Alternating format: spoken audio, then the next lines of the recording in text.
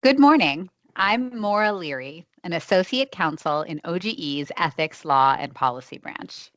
And I am Melba Melton, an assistant counsel in OGE's Ethics, Law, and Policy branch as well. Today, we'll be talking about the ethics considerations for gifts between employees in times of crisis. Next slide, please. So before we dive into the presentation, we want to give you a bit of context. The pictures on this slide show homes that were destroyed by the historic flooding in Yellowstone National Park in 2022, and a number of Department of Interior employees lost their homes and were deeply impacted. When a federal employee is facing a personal crisis, like these floods or a serious illness, that employee's colleagues often, quite naturally, want to help them in their time of need.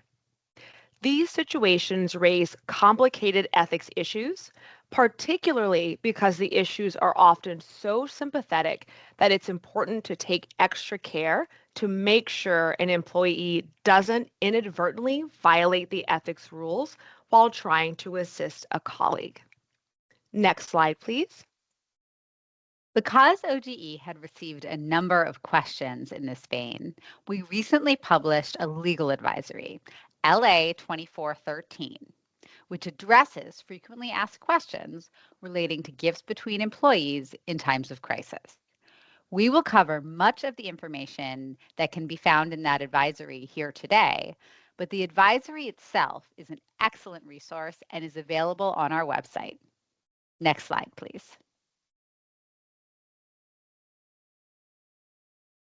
Now I want to give you a roadmap for today's conversation.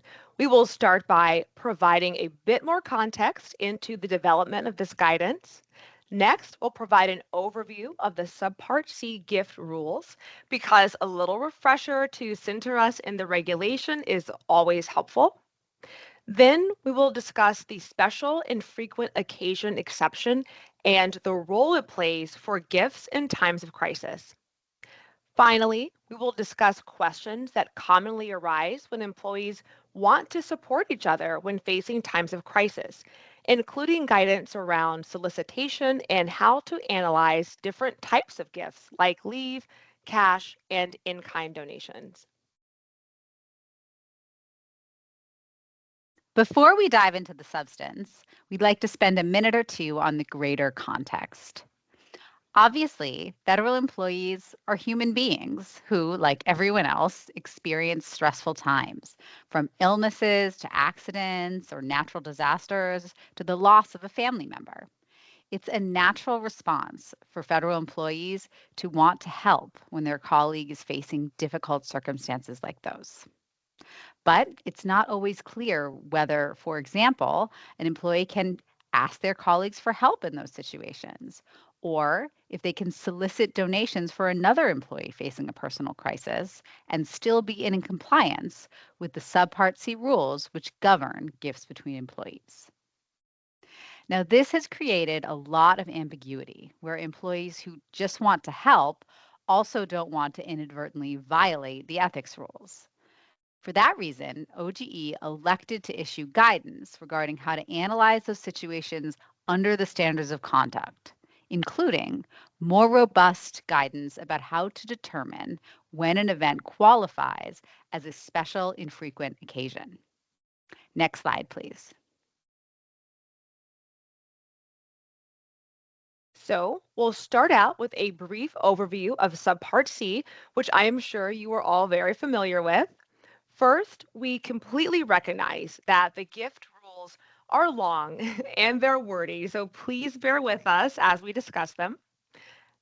As a general rule, an employee may not give, donate to, or solicit contributions for a gift to their official superior unless an exception applies.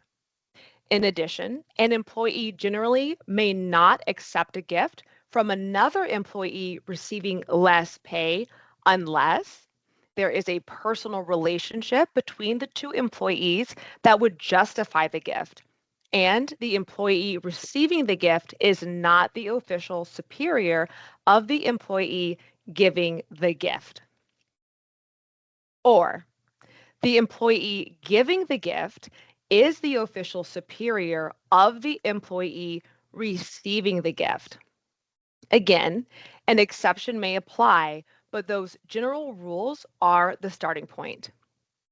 Now, the reasoning behind these rules is to prevent the potential misuse of position and impartiality concerns that arise when a subordinate is trying to curry favor with their supervisor. This is why the rules only cover gifts from subordinates and to more senior employees and not the other way around. Now, I'll very briefly go over the general exceptions to this rule, which can be found in section 2635, 304A. We're not going to spend much time on most of these because, other than leave donations, they generally aren't relevant when employees are in crisis situations. First, as a threshold matter, we want to highlight that many gifts between employees don't come within the scope of Subpart C. Only gifts given by subordinates or accepted by employees making less pay are subject to the Subpart C limitations. If the gift is prohibited under the Subpart C general standards we just discussed, there are several exceptions to that prohibition, which include, number one, items that are not cash that are worth $10 or less, food and refreshments shared in the office with several employees. So think a box of chocolates over the $10 amount would qualify here. Personal hospitality provided at a residence and any accompanying gifts, such as bringing a bottle of wine to a dinner party hosted by a supervisor. Donations of leave, as long as they are to an employee who is not your supervisor. And I do want to flag that we'll discuss this one in a bit more detail later. The other major exception found in 2635 304B is the special and frequent occasion exception, which Maura will talk about now. Thank you for providing us with that overview, Melba. Now that we've had a refresher on Subpart C, I'd like to talk about the special infrequent occasion exception, and specifically talk about why it's particularly relevant for employees in times of crisis. You will find the regulatory language of this exception at 2635 304B1, which is at the top of this slide. Essentially, the special infrequent occasion exception permits employees to give a gift that is, quote, appropriate to the occasion for events that are of personal significance and that are infrequently occurring. Now, this term, special infrequent occasion, is not defined in the regulation, which can lead to some ambiguity and confusion about if and when it's applicable. For that reason, LA 2413 provides a more robust framework for determining whether an event qualifies as a special infrequent occasion. Thank you, Maura. As we discuss in the advisory, special and frequent occasions must be events that are both significant and rare. We unpacked these two factors in the advisory and are excited to explain our analysis for you here. First, significance. We define this as an important life event and focused our examples on stressful or negative life events, things that might cause a crisis. For example, if an employee's newborn child needs surgery and the employee needs financial support while staying in the hospital, that event is significant and of consequence to the employee. However, if that same child sprains their ankle while learning to ride a bicycle, that event would not rise to the same level of significance, even though such an injury would likely be a rare event. The sprained ankle, therefore, would not qualify as a special infrequent occasion. Similarly, an employee being hospitalized for a serious illness would be considered a significant life event. While if an employee has food poisoning from eating some bad sushi, that event would not be considered significant and would not qualify as a special infrequent occasion, even though such an event is hopefully quite rare for the employee. Now, I'm going to unpack what we mean by rare, the second factor. Again, relying on the dictionary definition, something that is rare is an uncommon occurrence. For example, if an employee's home burns down in a fire, that is an uncommon occurrence that is also of great significance to the employee and thus would qualify as a special infrequent occasion. However, if a military service member is moving to a new home due to permanent change of station orders, this likely would not be considered a rare occurrence, as moving frequently is a routine aspect of most military careers. Thus, it would be appropriate for an ethics official to determine that such a move is not a special and frequent occasion, even though people may consider moving to be a significant life event and it can be quite stressful. I also want to take a moment to note here, even though this is not strictly related to times of crisis, that OGE has consistently advised that birthdays, even milestone birthdays like a first or a 30th or a 50th, are not rare enough to qualify for the special infrequent occasion exception because birthdays are inherently recurring events. So hopefully those two factors provide a useful framework for applying the special infrequent occasion exception, particularly in crisis situations. The key here is that crises are often, by definition, both significant and rare, and would generally qualify as special infrequent occasions. However, it is important to note, as we just discussed, that not all stressful or negative life events qualify. So, if an employee came down with the flu or has a recurring case of seasonal affective disorder, those situations likely will not meet the definition of special and frequent occasion because they are not both significant and rare, even if you do feel very badly for your colleague. Next slide, please. So now you may be thinking, okay, I understand what qualifies as a special and frequent occasion, but can an employee experiencing that kind of crisis ask their colleague for help? The answer is complicated, so let's talk about the details. Let's discuss some frequently asked questions about the different types of solicitations and whether they are permissible. First, can employees solicit on behalf of themselves or their loved ones?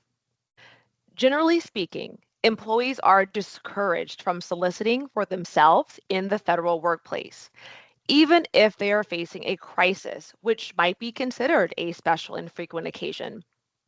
There are a lot of potential ethics issues with such solicitations because there are employees with varying pay and relationships in the federal workplace, such as superiors, subordinates, and contractors who are outside sources.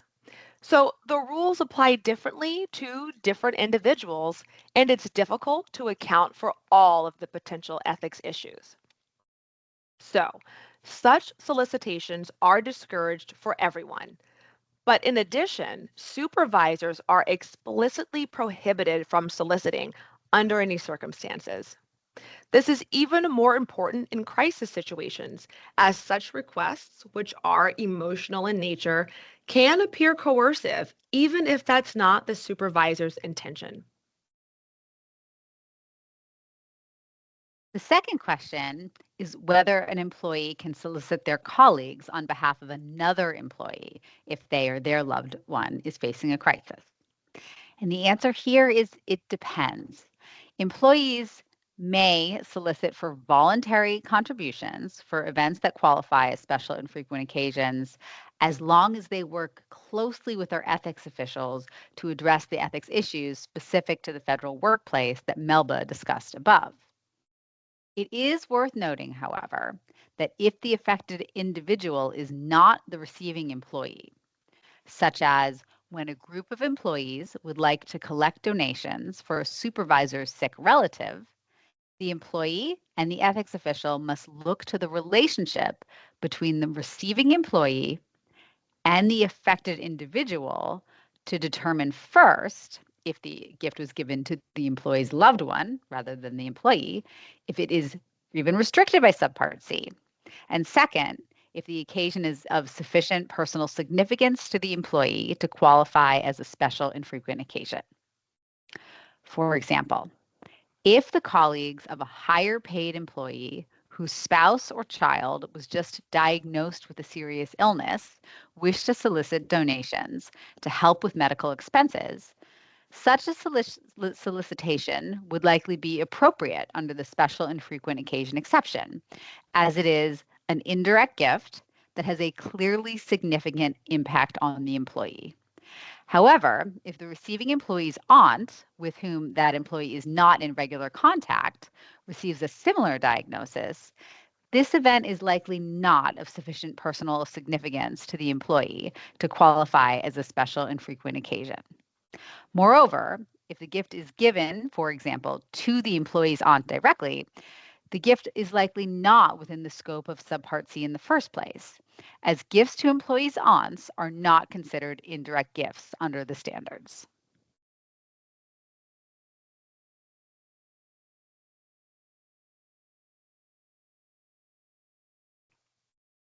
Finally, can employees use crowdsourcing platforms to solicit gifts if they or others are in crisis?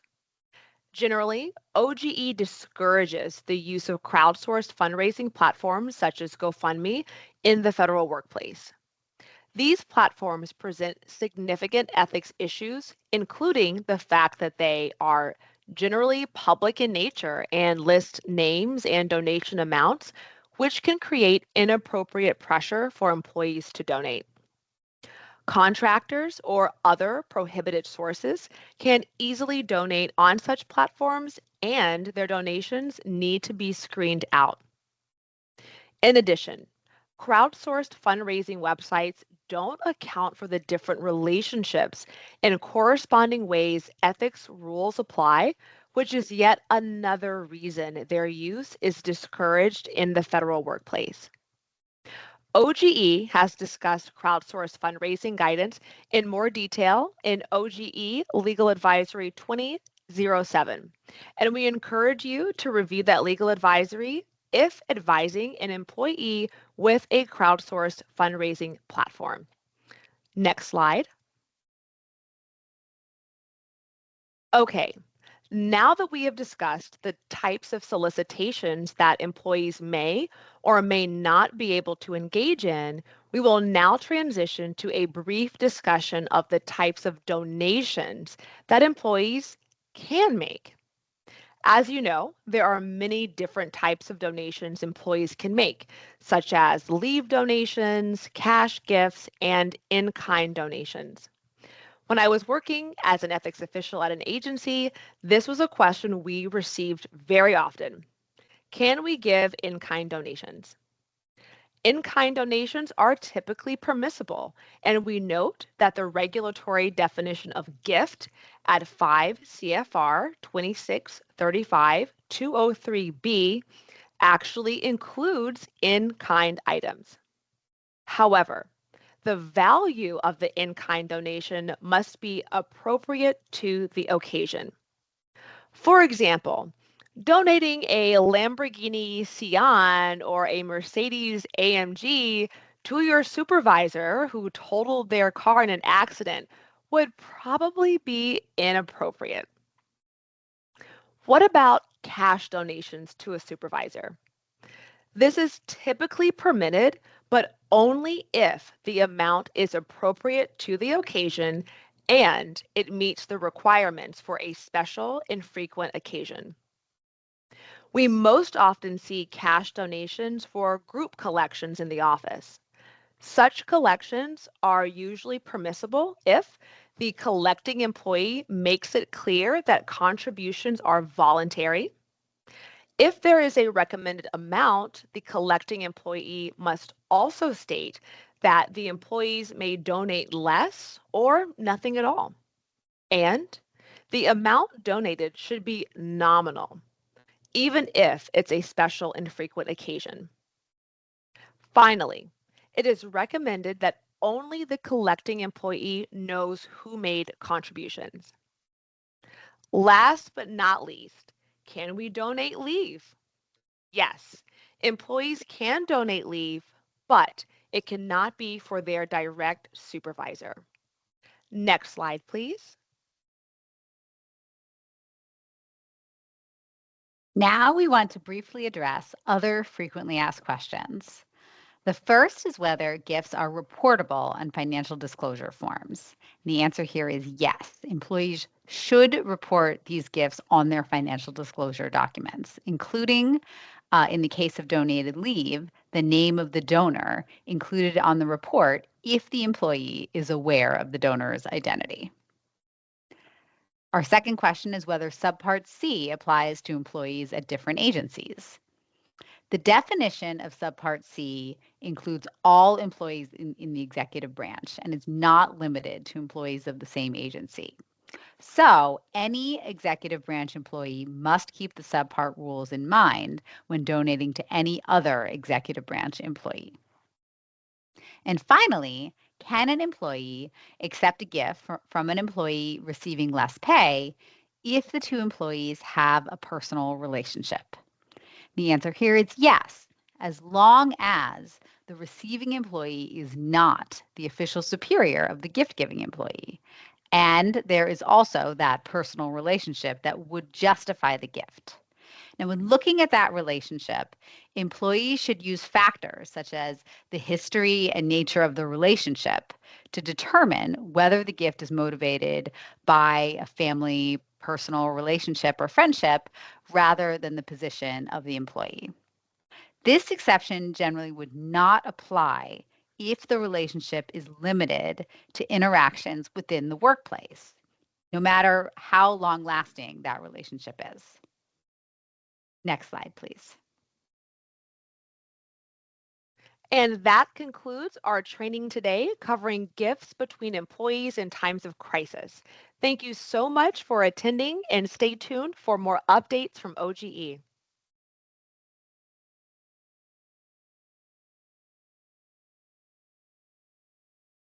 And stopping the recording. Stop.